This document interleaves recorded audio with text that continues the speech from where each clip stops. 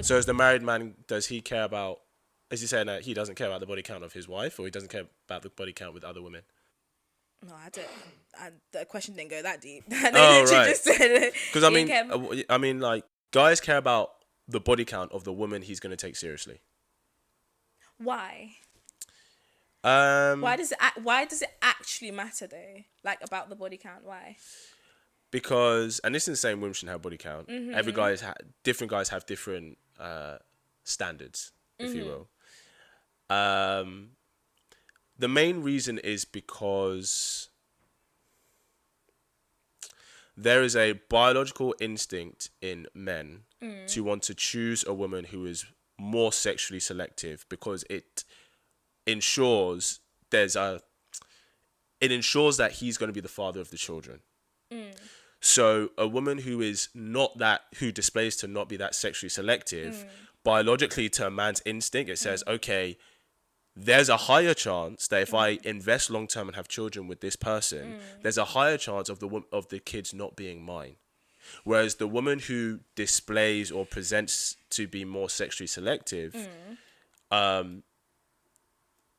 it's a better bet for him that the investment he puts in her, especially when it comes to children, is going to be more rewarding for what his goals are, which is to get his genes into the next generation. I hear that. So, and that's not me saying that women shouldn't have a body count or whatever, because this is 2022. Like, people have their sexual experiences and they should. Do you know what I mean? But I'm just trying to help you understand from a instinctual evolutionary perspective, that's something that's pretty hardwired in men. It's just funny that, and I hear it and I get it, but men,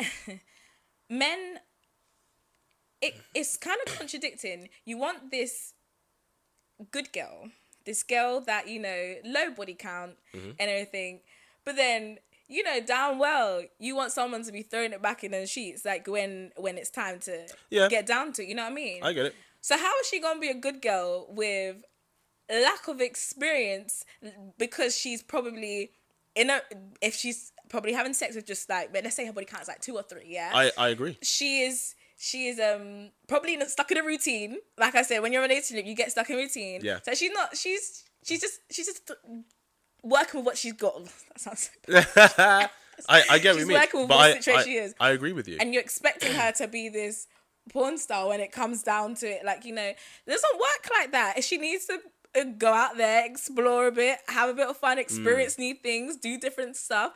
And then, then she figures out what she likes. She can bring that to her husband or the person that she sees fit to be in a relationship when it's time, then she's ready. Yeah. And then it just makes sense. I agree that, and I was talking to a male friend about this yesterday, actually. That, and this is something I say to men, you can't have it both ways. You can't. You can't expect her to be the best sex you've ever had, but then expect her to have little to no experience with any other man. You can't have it both ways, and I agree. They can't. So guys have to choose what's important to them.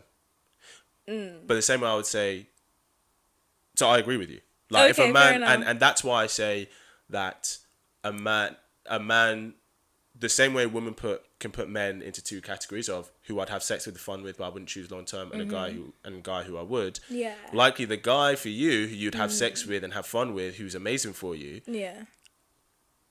Likely there might not be other qualities that you go, actually, yeah, he's great fun for this, but these other things that he has isn't actually good for me long term. And the guy that you do choose may not be the best chemistry that you have, but the other qualities that are better for long term, you start to value that more.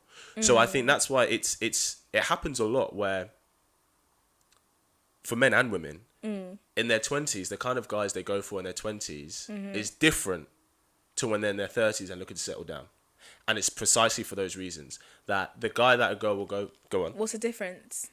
What would you say is the difference between the kind of girl he's looking for in his 30s and the kind of girls he's looking for in his 20s? Well, the girl he's looking for in his 20s is, if he's looking to have fun, it's the party girl.